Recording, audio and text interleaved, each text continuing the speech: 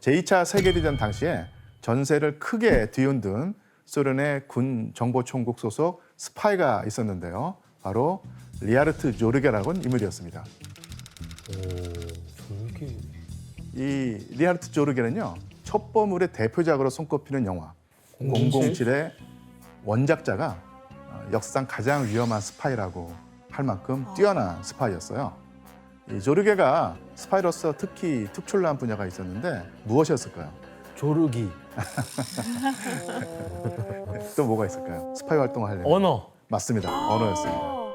몇 개 국어나 했어요? 예, 그는 러시아어, 독일어, 영어, 프랑스어 이뿐만 아니라 중국어 그리고 우와. 일본어까지도 자유자재로 우와. 구사했어요. 예? 천재네, 천재.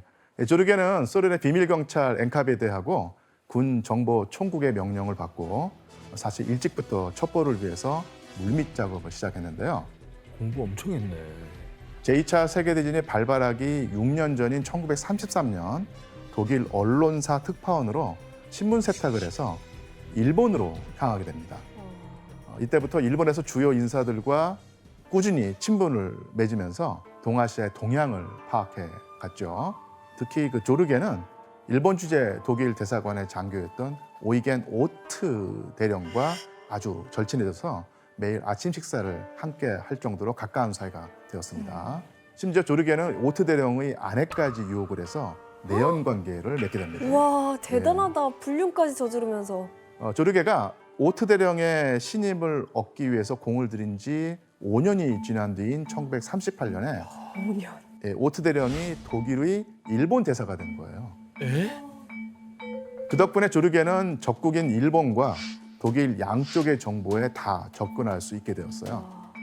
교수님, 오트 대령이 조르게에게 뭐 이렇게 쉽게 넘어온 이유가 따로 있나요?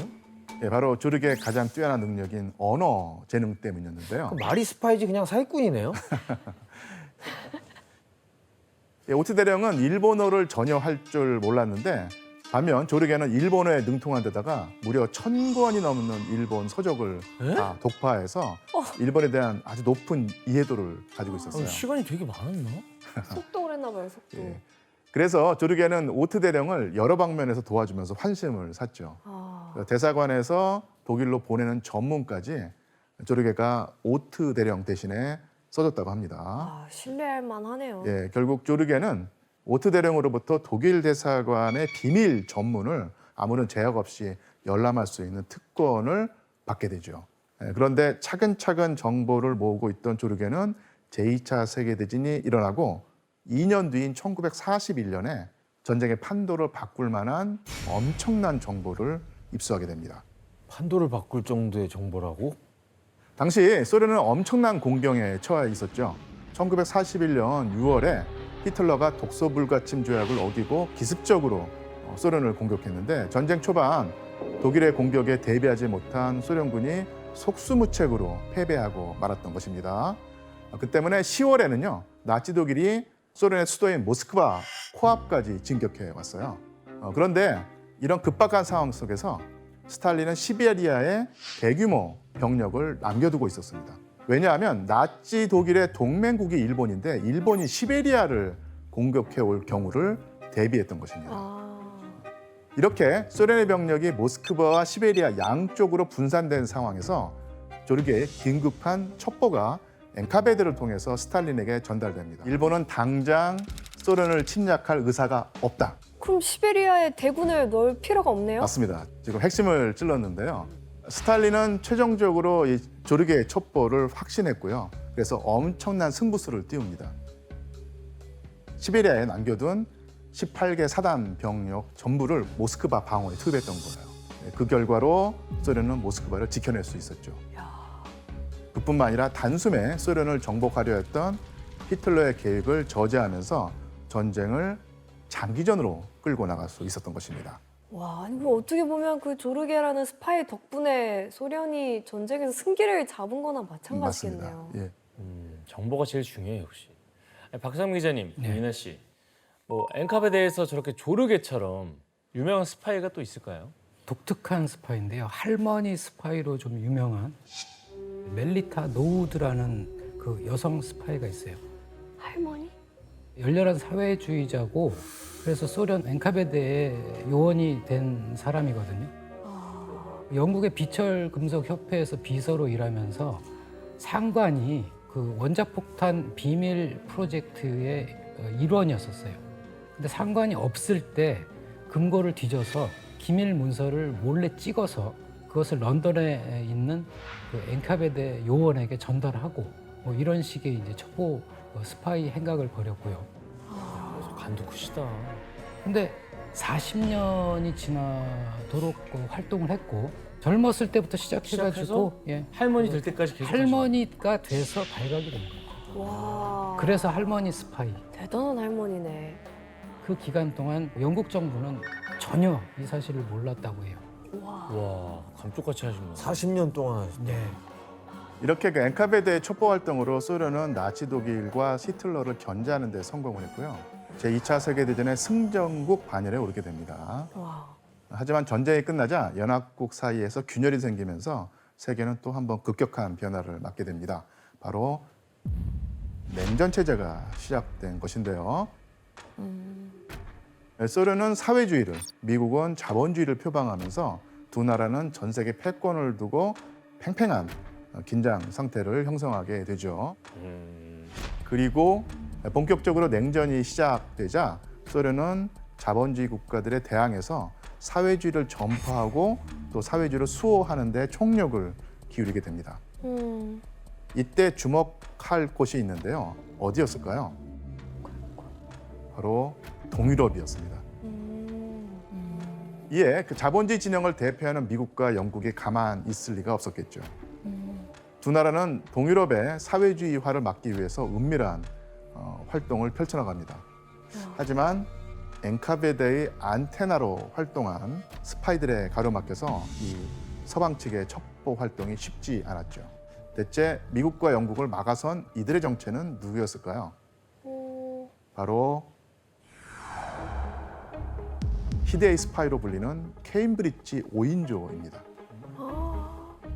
킴 필비, 가이 버지스, 앤서니 블런트, 도널드 맥클린, 존 케언 크로스라고 하는 인물들이었는데요. 네. 5명 모두 영국인으로서 영국 최고의 명문대인 케임브리지 대학을 졸업한 수재들이었고요. 그런데 이들에겐 한 가지 공통점이 또 있었습니다. 뭐였을까요? 다 가족이야. 그것은 바로 영국 최고 정부기관의 요직에 있었다는 것입니다. 표면적으로는 영국의 첩보 요원이었지만 사실 소련의 스파이로 활동한 이중 스파이였던 것입니다. 이중 스파이. 예, 천삼사 영국 사람들이라 하지 않았어요, 아까? 아니. 예, 영국 사람인데 영국 첩보기관에 소속돼 있는데 실제로는 소련을 위해서 정보를 빼내는 와. 적국에서 스파이였던 것이죠. 당시 유럽에서는 사회주의에 빠져 있었던 엘리트들 많았었는데 그 중에 5명 캠브리지 대학 시절부터 사회주의 매료돼서 서련 비밀 경찰 스파이로 되었던 걸로 알고 있어요. 이들은 영국 정보기관에 거위직으로 들어간 것도 사실 서련 비밀 경찰의 명령을 받고 첩보를 빼내라고 했던 걸로 알려져 있고요.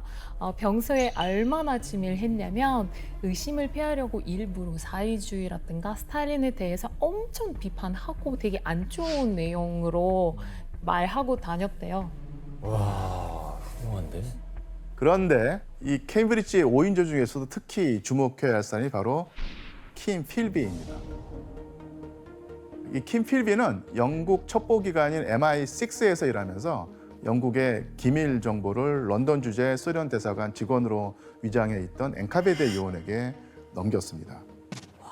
특히 이 킴 필비가 엔카베드에 넘긴 정보는 주로 영국의 첩보기관에서 동유럽의 사회주의 국가들에 파견한 첩보원들의 신상 정보였어요.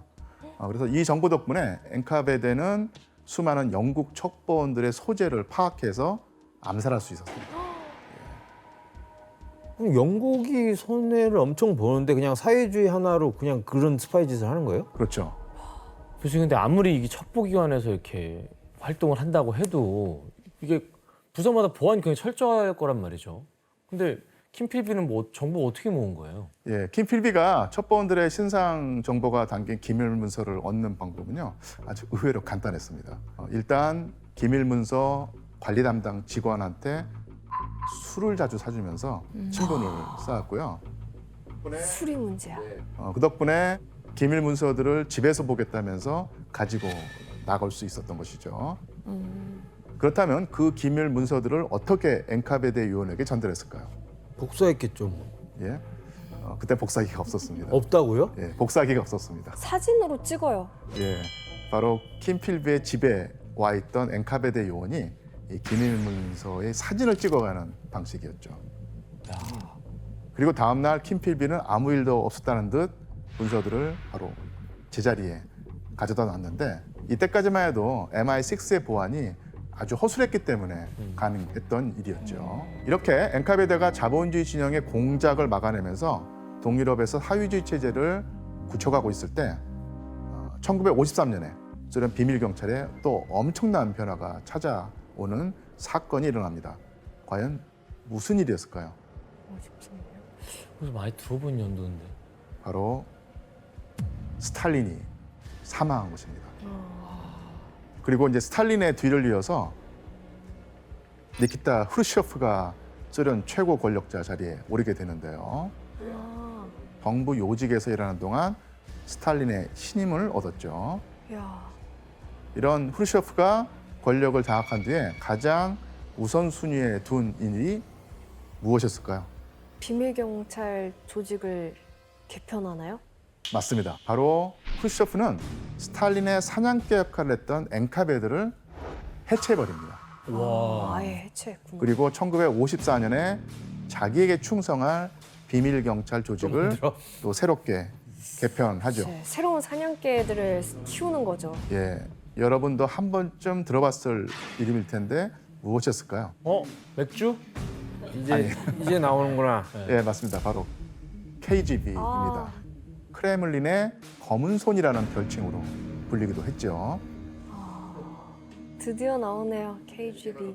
프루시초프가 새로 만든 이 KGB는 소련의 주요 보안 기관으로서 국내외 정보 수집, 반체제 인사 단속, 그리고 해외 첩보 활동을 담당했습니다. 이야. 이나 씨, 소련 사람들한테는 이 KGB는 어떤 이미지예요? 엔카베드를 비교하자면 엔카베드는 약간 좀 유니폼 같은 거 입고 무서운 이미지 보이지만 KGB 경우에는 투명 인간이에요. 일반인처럼 입고 행동도 똑같이 하니까 누군지 알 수가 없었어요. 제복 같은 게 아예 없어요? 그렇죠. 아예? 사복 경찰이네요. 없어요. 네, 유니폼 같은 것도 없고 근데 진짜 무섭다. 사람들끼리 서로 못 믿겠네 이렇게 되면. 그러니까요. KGB끼리는 알아요? KGB라는 사인 같은 거 있지 있을 않을까요? 거 있지 않았을까? 야, 우리 가족은 건들지 마. 나 KGB야. 이런 식으로. 우리 가족은 밀고 하지 마. 이런. KGB는 가족들한테는 말하지 않는 게 원칙이었습니다. 어떻게 새나갈지 모르니까. KGB가 창설된 직후에 소련이 주도하는 사회주의 진영과 미국이 주도하는 자본주의 진영의 대립은 더더욱 첨예하게 이제 진행이 되는데요. 특히 미국과 소련의 갈등으로 전 세계는 제3차 세계대전이 터질지도 모른다는 긴장감이 감돌고 있었죠. 이런 상황에서 KGB의 가장 중요한 임무는 무엇이었을까요? 감시. 첩보. 예, 첩보. 어느 나라를 미국. 예, 맞습니다. 미국을 바로 견제하는 것이었는데요. 이에 따라서 미국도 역시 소련 정부를 캐내기 위해서 최고의 첩보 조직을 내세우는데 바로 미국의 중앙정보국 CIA입니다. 그렇다면 냉전 시기에 KGB와 CIA의 치열한 첩보전에서 누가 먼저 우위를 점령하게 될까요? 진짜 세기의 대결이다. 냉전 시기에 KGB와 CIA는 서로의 국방력을 탐색하기 위한 공작에 가장 열을 올렸습니다. 그런데 이런 분위기 속에서 냉전의 판도를 뒤흔드는 사건이 하나 발생하게 되는데요. 이 사건의 시작에는 올리에크 펜콥스키라고 하는 인물이 있습니다. 소련의 고위 군사 간부였죠. 그런데 KGB가 펜콥스키의 아버지가 러시아 내전 때 반혁명 세력에 속했다는 사실을 알게 된 것이죠. 그래서 이 펜콥스키는 KGB 때문에 승진에 실패하고 소련에 대한 충성심까지 의심받게 되는데요. 아이고. 이 일로 말미암아서 앙심을 품은 펜콥스키는 소련의 환멸을 느꼈고요. CIA에 소련의 기밀을 넘기기 시작합니다. 아, 예, 펜콥스키는 해외에서 활동 중인 KGB 요원들의 신원부터 탄도미사일 설계도, 미사일 배치, 현황, 핵연료 보관소 등 소련의 1급 군사 기밀들을 모조리 CIA에 제공했어요. 그리고 CIA가 군사 기밀을 빼돌리던 1962년에 CIA에서 접수한 정보가 세계사를 크게 뒤흔드는 그런 사건이 일어납니다. 소련의 KGB와 미국의 CIA 사이에서 자존심을 걸고 첫 번째 대결을 펼친 이 사건은 바로 쿠바 미사일 사태였습니다. 자, 이건 소련이 비밀리에 쿠바에 건설하고 있던 그 미사일 기지의 모습인데요. 아, 이 미사일 기지에는 핵탄두 장착이 가능한 미사일의 발사대까지 있었습니다. 그런데 이 상황을 미국의 정찰기가 포착하게 되는데요. 미국의 반응이 어땠을까요? 완전 경악하죠. 이거 바로 미국 바로 밑에다가 핵전쟁 일어날 수 있다는 거잖아요. 예, 맞습니다. 당시 미국이 느꼈을 위협은 지도를 보면 쉽게 이해할 수 있는데요. 한번 지도를 볼까요? 지도를 보면 쿠바에 있는 소련의 미사일 기지가 미국 영토와 얼마나 가까웠는지 와. 느껴지죠. 플로리다 진짜 아까워. 예, 쿠바와 미국과의 거리가 약 150km였기 때문에 와. 핵탄두를 발사하면 단 8분 만에 워싱턴을 공격할 수 있을 정도로 딱 붙어 있는 것이죠. 8분 만에. 의도가 너무 이상하잖아요. 쿠바에다 미사일 기지를 왜 줘? 미국을 견제하는.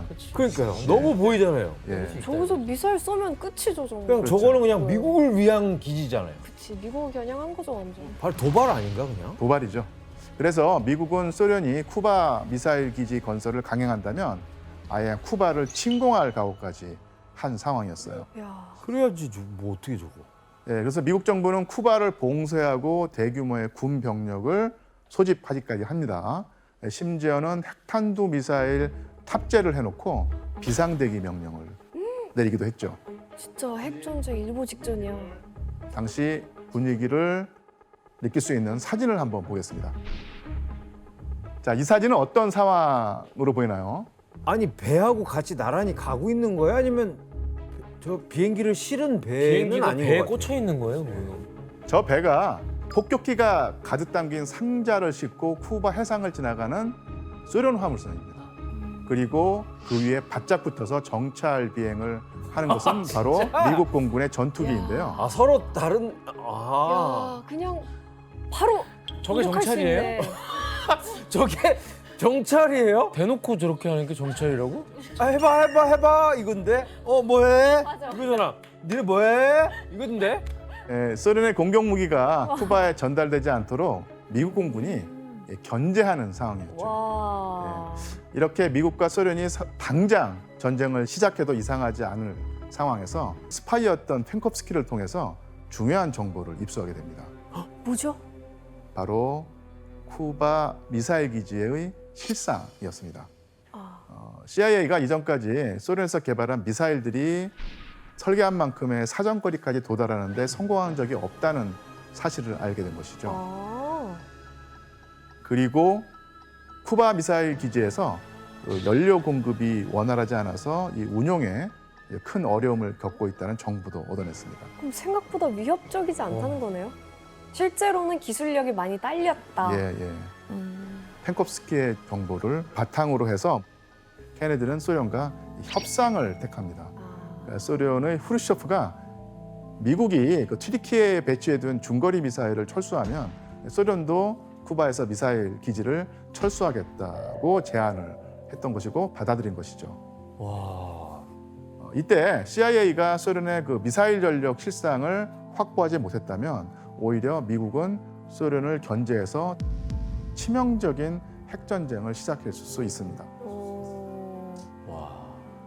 근데 저런 펜콥스키 같은 스파이가 아니었으면 진짜 제3차 세계대전이 일어날 수도 있었겠네요. 예, 맞습니다.